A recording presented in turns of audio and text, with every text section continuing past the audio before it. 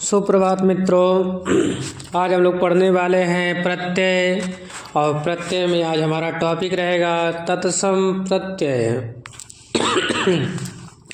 आज हम लोग पढ़ने वाले हैं तत्सम प्रत्यय के बारे में विस्तार पूर्वक। तो आज हमारा जो टॉपिक हो गया वह तत्सम प्रत्यय के बारे में हो गया। आइए समझते हैं तत्सम प्रत्यय क्या होता है। ठीक है, तत्सम प्रत्यय को जितने अच्छे समझेंगे उतना ही आपके लिए वह लाभकारी होगा। तो ध्यान दीजिएगा, तत्सम प्रत्यय की यदि बात करें हम लोग तो उसमें ध्यान दीजिएगा कि कौन कौन से तत्सम प्रत्यय होते हैं।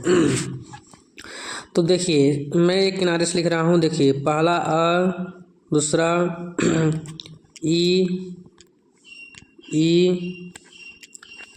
इक, ए, य और आयन। ये आपके हिंदी के 7 तत्सम प्रत्यय हैं। और तत्सम प्रत्यय और बात आती है, जो तत्सम प्रत्यय है तो किन शब्दों में जुड़ेगा, तो ये है किस में जुड़ेगा, तत्सम शब्दों में ही जुड़ेगा। यानी कि तत्सम प्रत्यय तत्सम शब्दों के साथ ही जुड़ेगा। और तत्सम प्रत्यय जुड़ने के साथ ही इसमें कौन से नियम को फॉलो करेंगे, तो इसमें हमारा नियम लगेगा आदि वृद्धि का नियम लगेगा। किसका नियम लगेगा? आदि वृद्धि का नियम लगेगा। अब आदि वृद्धि क्या होता है तो पिछले वीडियो में हमने बता दिया था। और वह पिछले वीडियो में हमने आदि वृद्धि को बड़े ही इजी वे से समझा है। तो यदि आपने आदि वृद्धि के नियम को नहीं समझा है तो पहले जा करके हमारे वीडियो में, हमारे चैनल में जा करके इस आदि वृद्धि नामक टॉपिक को आप पहले क्लियर कर लीजिए। आइए चलते हैं आदि वृद्धि के नियम के आगे। तो आज हम लोग का पहला जो टॉपिक रहेगा, और टॉपिक में जो पहला प्रत्यय रहेगा उस प्रत्यय का नाम है अप्रत्यय। कौन सा प्रत्यय? अप्रत्यय। चलिए, तो आज चलते हैं अप्रत्यय को पढ़ेंगे। किस प्रत्यय को पढ़ेंगे? अप्रत्यय को पढ़ेंगे। जैसे मान लीजिए अप्रत्यय का देखेंगे तो अप्रत्यय जब जुड़ता है तो अपत्यवाचक का अर्थ देता है, संतानवाचक। जब भी अप्रत्यय जुड़ेगा तो वह किसका बोध कराएगा? अपत्यवाचक का। किसका बोध कराएगा? अपत्यवाचक। अपत्यवाचक माने कि संतानवाचक। अपत्यवाचक यानी कि संतानवाचक, यानी कि संतानवाचक अर्थ को ग्रहण करना पड़ेगा हमको। यहाँ पर पहला जो शब्द हम ले रहे हैं, जैसे देखेंगे मनु और अ, मनु और अ को देखेंगे तो चूंकि हम जानते हैं कि मनु और अ में पहला काम क्या होता है कि अप्रत्यय है, मनु और मूल शब्द। ये क्या है? आपका मूल शब्द है। और अ क्या है? प्रत्यय है। क्या है? प्रत्यय है। हम चूँकि जानते हैं कि जब कभी भी प्रत्यय को जोड़ते हैं तो मूल शब्द के अंतिम वर्ण को आधा कर देते हैं। लेकिन एक बात और विशेष ध्यान देने वाली बात है कि जब भी मूल शब्द के अंतिम वर्ण में ऊ हो तब उसे हम आधा नहीं करेंगे, उसका कर देंगे ओ। क्या हो जाएगा? उस, ध्यान दीजिएगा, उस ओ क्या नाम है, ऊ का क्या हो जाएगा? ओ हो जाएगा। जैसे यहाँ पर क्या हो जाएगा? ऊ का क्या हो जाएगा? ओ हो जाएगा। अब यही ओ आगे बदल जाएगा अब में। किस में बदल जाएगा? अब में। किसके अनुसार? तो अयाद स्वर संधि के अनुसार। ठीक है, ये बदल जाएगा इसमें। तो इस बात को विशेष तौर पर ध्यान दीजिएगा। अब चलिए आगे चलते हैं इसमें कि जैसे मनु और ये तो बदल गया। अब आगे देखेंगे तो आगे की बात कुछ इस प्रकार से होने वाली है।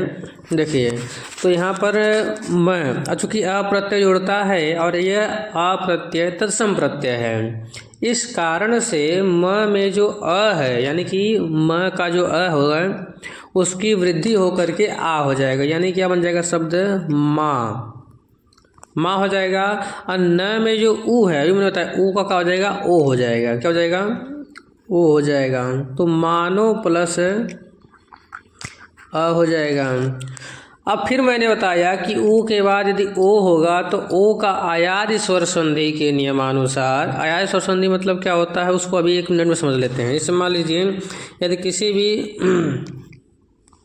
किसी भी शब्द के अंत में यदि ए हो, क्या हो, यदि ए हो या ऐ हो, ओ हो अथवा औ हो, ये 4 स्वर आते हैं और इसके बाद कोई भी स्वर आ जाता है तो ए का क्रमशः अय हो जाता है, आय का क्रमशः आय हो जाता है, ओ का अव और आओ का आव हो जाता है।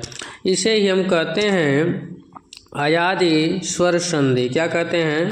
अयादि स्वर संधि कहते हैं। तो समझ में आया नहीं समझ में आया? यानी कि ए का आय हो जाएगा और उसके बाद ऊ का क्या हो जाएगा, आय का आय, आय, अव, आव, यही क्रमशः हो जाते हैं। चलिए तब आगे समझते हैं हम लोग। तो क्या हो जाएगा, मानो, नो का क्या हो जाएगा, अब देखिए अब क्या हो जाएगा, माँ, न में क्या हो जाएगा, यहाँ पर आधा हो जाएगा और अ जुड़ जाएगा तो न पूरा हो गया।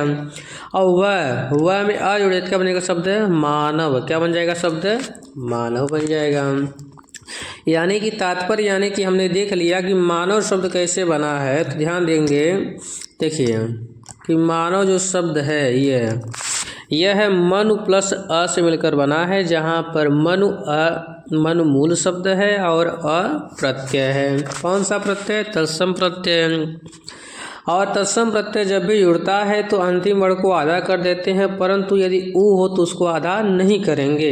और नहीं करेंगे आधा तो क्या करेंगे, ऊ का हम बदल देंगे ओ में, और ओ अयाज स्वर संधि के कारण से अब में बदल जाएगा।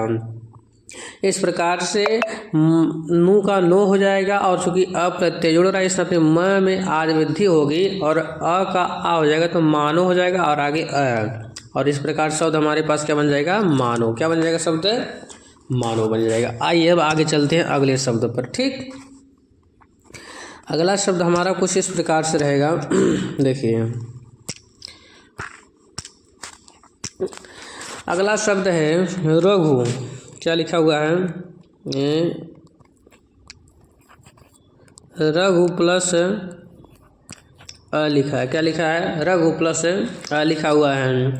अब रघु प्लस अ में भी वही चीज़ लगाना है, क्योंकि जानते हैं कि रघु प्लस में अ जो है ये रघु और अ मिलकर क्या बन, देखिए घ में ऊ है तो पहली बात तो र देखेंगे तो र के इसमें बदल जाएगा रा में। क्यों, क्योंकि अ और अ कैसा है, तत्सम प्रत्यय है। कैसा प्रत्यय है, तत्सम प्रत्यय है, जिसमें कारण से र का क्या हो जाएगा, रा हो जाएगा। क्या हो जाएगा, रा हो जाएगा। घ में ऊ है तो चूंकि अंतिम वर्ण है तो आधा करना था, नियम तो ही करता आधा करना है, लेकिन यहाँ पर आधा न होकर के ओ हो जाएगा तो यहाँ पर क्या हो जाएगा, रा प्लस घो प्लस अ हो जाएगा। क्या हो जाएगा, रा प्लस घो प्लस अ हो जाएगा। इसके पश्चात देखेंगे तो घो में जो ओ है उसका अ के कारण से यानी अयाद स्वर संधि के नियमानुसार यहाँ पर रा और घ में अब हो जाएगा तो घ आधा रहेगा और अब जुड़ जाएगा तो क्या हो जाएगा शब्द, राघव। क्या बन जाएगा शब्द, राघव बन जाएगा। यानी रघु की परंपरा से, यानी कि रघु की जो संतान है, रघु के जो पूर्वज हैं या रघु की जो संतान है उसे हम क्या कहते हैं, राघव कहते हैं। अब आगे हम लोग समझते हैं अगले शब्द दनु। दनु प्लस अ को देखेंगे। अब दनु को प्लस अ को देख रहे हैं तो इसमें ध्यान देने वाली बात ये भी है